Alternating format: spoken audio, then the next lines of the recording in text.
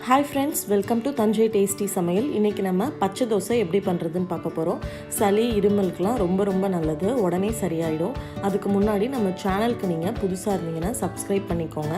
பக்கத்தில் இருக்க பெல் ஐக்கானையும் கிளிக் பண்ணிக்கோங்க. இப்போது இதுதான் மொசு மொசுக்கு இலை, இதுதான் கல்யாண முருங்கை. இந்த ரெண்டும் சேர்த்து தான் நம்ம தோசைக்கு மாவு அரைக்க போகிறோம். இட்லி அரிசி ஒரு 250 கிராம் எடுத்து 3 மணி நேரம் போல் ஊற வச்சுட்டு அதை இப்போ ஜாரில் ஆட் பண்ணியிருக்கோம். அது கூடவே ஒரு கைப்பிடி அளவு மொசு மொசுக்கையும் கல்யாண முருங்கையும் ஆட் பண்ணியிருக்கோம். இப்போது மாவு நல்லா நைஸாக அரைச்சாச்சு.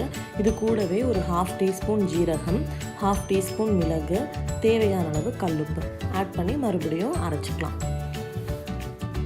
இப்போது நம்ம மாவு ரெடி ஆயிடுச்சு. கல்லும் நல்லா சூடாக இருக்குது. இப்போது தோசை ஊற்றிடலாம். இது சளி இருமல் இருக்கவங்க தொடர்ந்து 2 நாள் சாப்பிட்டோன்னா சரியாயிடும். இல்லாதவங்களும் வீக்லி 2 சாப்பிட்டோன்னா சளி இருமல் தொந்தரவு இருக்காது, நல்லா ஹெல்த்தியாக இருக்கலாம். இப்போ நெய் ஆட் பண்ணியிருக்கோம், நல்லா வாசமாக இருக்கும், கிட்ஸும் விரும்பி சாப்பிடுவாங்க. இதுக்கு சைட் டிஷ்ஷாக சட்னி வச்சுக்கலாம், அப்படி இல்லைன்னா இட்லி பொடி நல்லாயிருக்கும். கண்டிப்பாக எல்லோரும் வீட்டில் ட்ரை பண்ணி பாருங்கள். எப்படி இருந்துச்சுன்னு எனக்கு கமெண்ட் பண்ணுங்கள். இந்த சேனல் உங்களுக்கு பிடிச்சிருந்ததுன்னா சப்ஸ்கிரைப் பண்ணிக்கோங்க. தேங்க்யூ ஃபார் வாட்சிங்.